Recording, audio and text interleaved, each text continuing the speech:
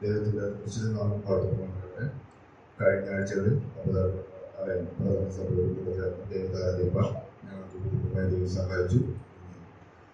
ഇവിടെ വിശ്വാസത്തോടുകൂടെ തന്നെ ദൈവതാരാധിപ്പാൻ ദൈവം ഇവിടെയാക്കി തീർത്തുകൊണ്ട് എന്നെ ആരാധനയ്ക്ക് ചിന്തിപ്പിച്ച ഒരു കാര്യമാണ് ജീവന്റെ അപ്പമായ കർത്താവായ യേശു ക്രിസ്തു.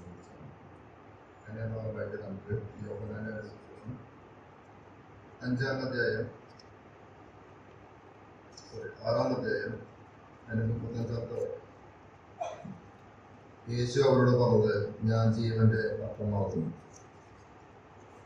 ഈ അധ്യായത്തിൽ 6-ാം അധ്യായത്തിൽ കർത്താവായ യേശു ക്രിസ്തു പല രീതിയിലായിട്ട് ജീവന്റെ അപ്പത്തെ കുറിച്ചിട്ട് ഇവിടെ പറയുന്നു.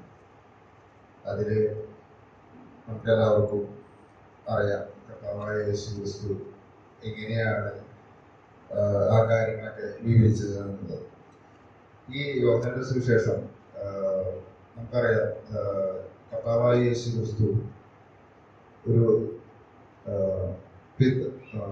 പിതാവ് മകൻ എന്നുള്ള ആ ഒരു ബന്ധത്തെ കൂടുതലായിട്ട് ഇവിടെ മുമ്പ് പറയാൻ നമുക്ക് കാണപ്പെടും. പല കാര്യങ്ങളും നമുക്കിവിടെ കാണാൻ സാധിക്കും.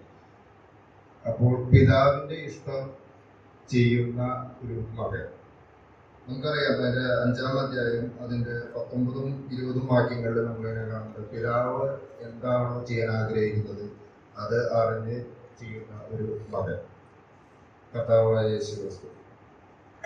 കർത്താവ് ദൈവം പാപികളും ദോഷികളുമായിരുന്ന മനുഷ്യരെ നിത്യനാശത്തിൽ നിന്ന്, പാപത്തിൽ നിന്ന് നിത്യജീവികളിലേക്ക് നടത്താനായിട്ട് ദൈവത്തിന് ഹിതമായി. നമ്മളത് പലപ്പോഴും വേണ്ടി കാണുന്നത് കർത്താവ് പിതാവായ ദൈവത്തിന്റെ സ്നേഹം നമുക്ക് ആ രീതിയിൽ കാണാൻ സാധിക്കും.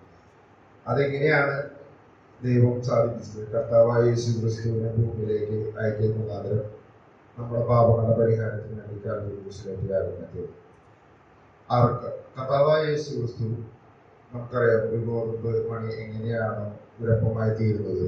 നമ്മൾ പല ചിന്തകളിലും നമ്മളത് കേട്ടിട്ടുള്ള കാര്യമാണ്. ആ കഷ്ടാനുഭവങ്ങളൂടെ കടന്നുപോയി നമുക്ക് വേണ്ടി അപ്പമായി തീർന്ന് നമ്മുടെ നിത്യജീവനിലേക്ക് നയിച്ച ജീവന്റെ അപ്പമായി തീർന്ന കർത്താവായ യേശു ക്രിസ്തു. കർത്താവായ യേശു ക്രിസ്തു നമുക്ക് മുമ്പിലിരിക്കുന്ന ഈ മേശ അതാണ് കാണിക്കുന്നത്. കർത്താവായ യേശു ക്രിസ്തു പെസഹ സമയത്ത് നമ്മോട് പറഞ്ഞിരുന്നതാണ്, അപ്പത്തെ വാഴ്ത്തിയിട്ട് പറഞ്ഞ എന്റെ ജീവൻ, ഇതെന്റെ ശരീരം, ഇത് ഞാൻ നിങ്ങൾക്കായിട്ട് നോക്കും. കർത്താവായ യേശു ക്രിസ്തു നമുക്ക് വേണ്ടി സകലവും സഹിച്ച് നമുക്ക് വേണ്ടി ശരീരം നമുക്ക് വേണ്ടി തകർക്കപ്പെട്ട് നമുക്ക് വേണ്ടി കാൽവരിയുടെ അടികളേറ്റ്, നിന്ദകളേറ്റ്, പരിഹാസങ്ങളേറ്റ്, കൈകാലുകൾ ക്രൂശിൽ പരിമിതിച്ച് ഇരുകള്ളന്മാരുടെ നടുവിൽ പരിഹാസപാത്രമായി തീർന്ന കർത്താവായ യേശു ക്രിസ്തുവിനെ നമുക്ക് ഓർക്കാം, നമുക്ക് അവനെ ആരാധിക്കാം. അങ്ങനെ മരിച്ച കർത്താവിന് മാത്രമല്ല, നമുക്ക് വേണ്ടി ഇന്നും ജീവിക്കുന്ന, നമുക്ക് വേണ്ടി പ്രവർത്തിക്കുന്ന കർത്താവായ യേശു, നമ്മുടെ കൂടെയുള്ള കർത്താവായ യേശു നമുക്ക് ആരാധിച്ച് നമ്മൾ മാത്രം ദൈവം നമ്മൾ